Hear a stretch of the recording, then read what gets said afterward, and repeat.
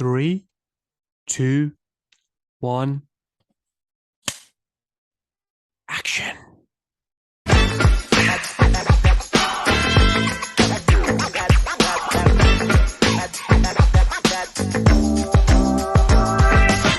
let me tell you something, brother!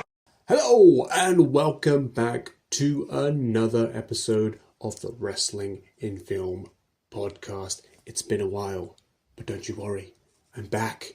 We're here to discuss more nonsensical wrestling film related matters. Nonsensical, but still important, of course. But today I thought there's been a series of, I'd say, events and releases, and I just want to do a little roundup of kind of the various things that have hit predominantly Netflix, as well as new releases and kind of the news and kind of outcome of those things. We're talking like Moana's kind of unsuccessful box office opening and what it looks like a very poor trajectory. We're talking Matchbox, John Cena's new movie that's coming out for Apple in October, Coyote vs. Acme, another one of Cena's upcoming movies. The release, of course, we're going to discuss WWE Unreal Season 3, which documents John's retirement. Little Brother, which released on Netflix, John's comedy. And then, a few other matters that are kind of surrounding this orbit. But I just had a few little takeaways from those, and kind of, as well as just the general, thoughts on the projects themselves. So I thought, it'd be interesting, kind of just a little quick roundup of what I think and where we're headed. Specifically, I think in the career of John, which is it's a really, really interesting position he finds himself in a direction that's become very clear and I think really, really impressive, while certain other stars seem to be heading in, we could say, the wrong direction. Stay tuned. And hit like, subscribe, and carry on watching. First of all, I just want to have a little quick review of the two notable releases on Netflix: John Cena's comedy Little Brother and WWE Unreal Season 3. Let's start with Little Brother. Nothing you would not expect. It is an absurd, silly comedy that falls in the long list of absurd, silly comedies that John has done. But if you expect anything more, I would question your kind of expectations or thoughts as an audience member. It's exactly what it is designed to be. It's a fun weekend Netflix watch. And I think it delivers that. And what I think also, John is really solid again. And I think, although it's not a challenging role for John, he has a really nice blend now of diving into the silliness, but having a nice empathetic kind of emotional core, because he plays a bit of a jerk in this, but by the end, you kind of feel that vulnerability and his maturity as an actor.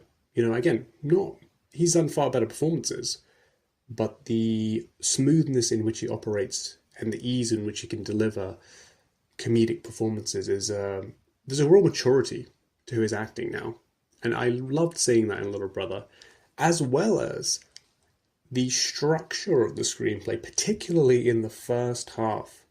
Really impressive. There's no complex pieces of this puzzle. However, how the pieces are constructed, really well done, and kind of there's almost like a logical connection to how these characters come together in still an absurd setting, but a believable absurdity. And nice little one-liners. There's always kind of a fun energy and just general good humor.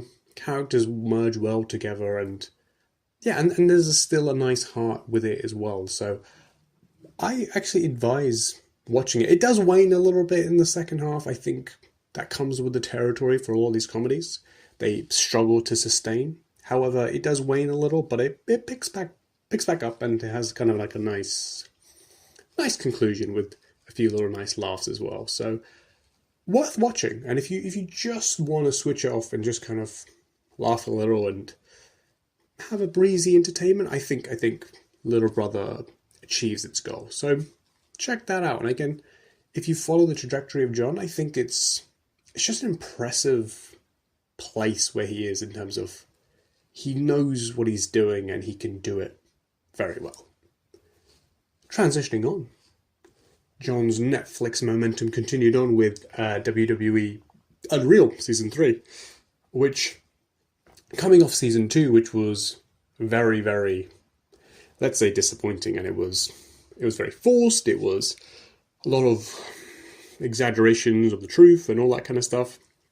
And with this, obviously the selling point was John Cena's retirement, which, however, is really only documented in the first 2 episodes.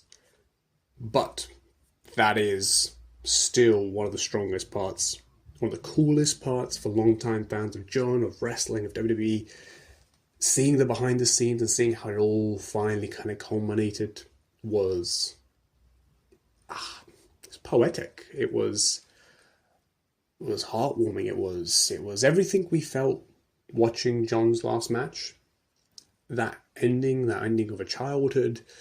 It was just, yeah, it was beautiful. And to see John's commitment, level of closure, confidence, and his desire to kind of uplift all was quite inspiring and quite brilliant. And you see the brilliance of John, I think, and his courageous nature of taking swings, and whether you agree with him or not, you can't help but admire it, I think. And yeah, the emotion of that and the story of that was beautiful. It was really, really nice, really engaging. You also do then have the offshoots. You have CM Punk and AJ's story, which kind of goes through kind of the whole series, which is, I think, the main thread that takes it from start to finish. And that is really, really, really beautiful. It's emotional in the most joyous of ways and emotional in the most heartbreaking of ways with, I think everyone's seen the scene where Punk and AJ discuss their dog's passing. And I can't tell you how many times I've seen that scene on repeat, because it's like, it gets you still a little bit emotional, just because it was so powerful, and seeing Punk so vulnerable, and it was, yeah, I think it's perhaps the most emotional and powerful moment in the 3 seasons of Unreal, and perhaps the most genuine moment of the 3 seasons. Yeah, incredibly powerful, and there's also a lot of nice little stories, kind of Obafemi and Trick Williams, Liv Morgan, which are nice and they do the job. But I think we're carried through the powerful thread of Punk and AJ and John Cena's retirement that cover the bulk of the 5 episodes. And there's a lot of nice little moments, but I think the key is they're genuine. They did not have to force narratives, and of course, they had a few narratives which were almost gems, which you can't control. They just happened, and it was obviously very fortunate for them. But what I think has happened is, I don't know if it's the best season, but it's the most emotional season of WWE Unreal. And I highly advise watching it, because there's countless moments that will, yeah, just warm the heart. Or maybe even, like the scene about Larry, break the heart a little bit, but it's quite beautiful. Now, having watched Unreal and Little Brother, 2 completely opposite pieces of content. One is a documentary and very authentic and emotional, and all these things, and then one is a madcap, absurd, R-rated comedy. But then, of course, there is the common denominator in John Cena, Netflix, and WWE. And amidst all of this, recently we've had also the release of the trailers of Matchbox, which is kind of, I'm not too familiar with the kind of the origins. It's Mattel like kind of car like figures and stuff, and it's obviously being brought to life in a film. Trailer looks really fun, almost like a more comedic Fast and Furious kind of vibes. And it's another streaming film. It's Apple, and of course a very popular Mattel product. And yeah, generally looks very entertaining. It's going to release this October on Apple. And we have Coyote versus Acme, another kind of Cena starring film. That is a theatrical release. Releases towards the end of August, which I'm genuinely very, very excited for. And I believe, hopefully, if the quality delivers, I think, and I imagine financially, budget-wise, it's not as absurd as other big films. So the possibility for success, is there theatrically. And with all this, what I found was that John's really, really cemented a place in the industry. He is not the elite of box office draws of a Tom Cruise, of Ryan Gosling, or whomever you would like to, Robert Downey Jr., even The Rock once upon a time, but we'll get to that. He's not in that category. However, he seems to understand where his wheelhouse is, and he has occupied a really strong place as a genuine, fun, entertaining movie star that delivers solid entertainers on a streaming platform. And he can bring in the numbers, bring in the viewers, and he's a reliable commodity. And with the right content, he's a theatrical draw. In terms of theatrical releases, cinema releases, and in terms of the box office. And his name can also carry weight and enhance the star power of other big budget films, Fast and Furious, etc., Suicide Squad. So he's found a wonderful place for himself. And it's really, really impressive, and it's really amazing to see, because no one would have predicted this 15 years ago, 20 years ago, this guy included, because John failed miserably as an actor, both in terms of his performances and, of course, the performance of his movies.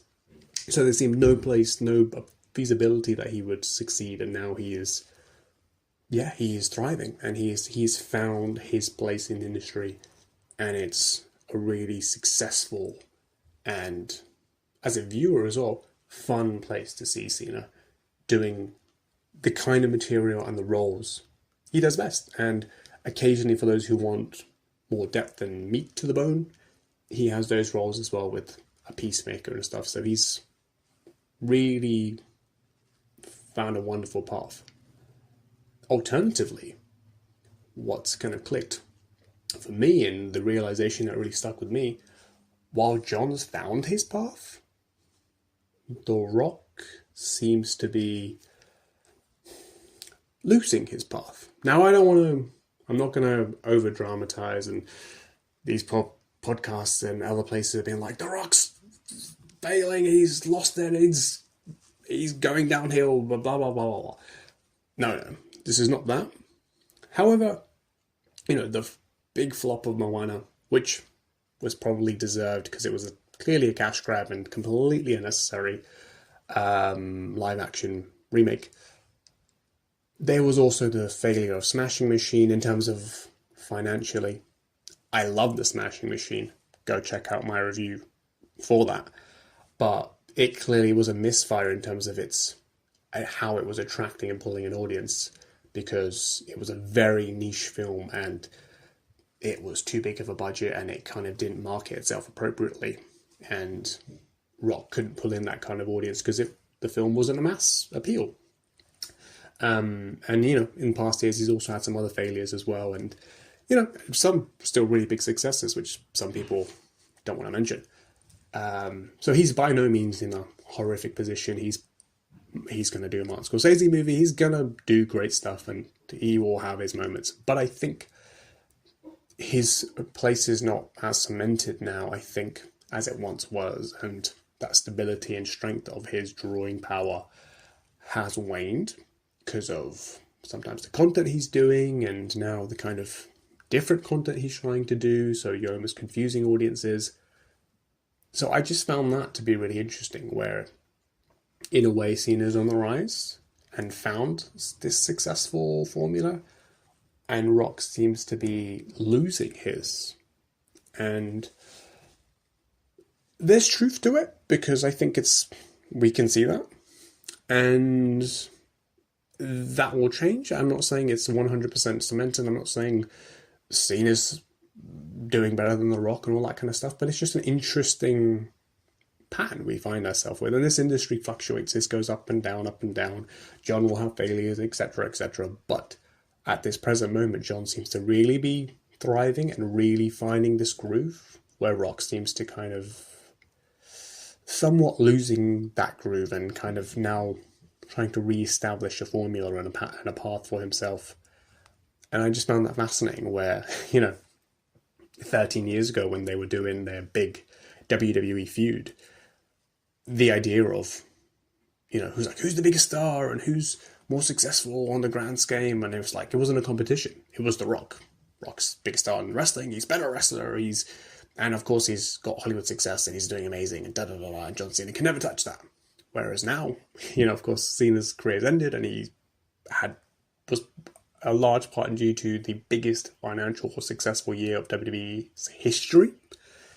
And he is succeeding and thriving in Hollywood in its own way in this new streaming age of movies. So, yeah, just something to think about and something to look ahead to, and where this all kind of goes and how these two megastars and these two figureheads of the wrestling and film connection continue to evolve. So we'll see that. But that's my rambling. That was my kind of roundup of these recent releases and, kind of events that have happened and will be happening. I hope you enjoyed that. Hope you found that quite interesting. Maybe you share some of those thoughts. Let me know what you think. And we will be back with more episodes. I'm in the midst of writing my own scripts and stuff at the moment. We have some stuff kind of lurking in the background.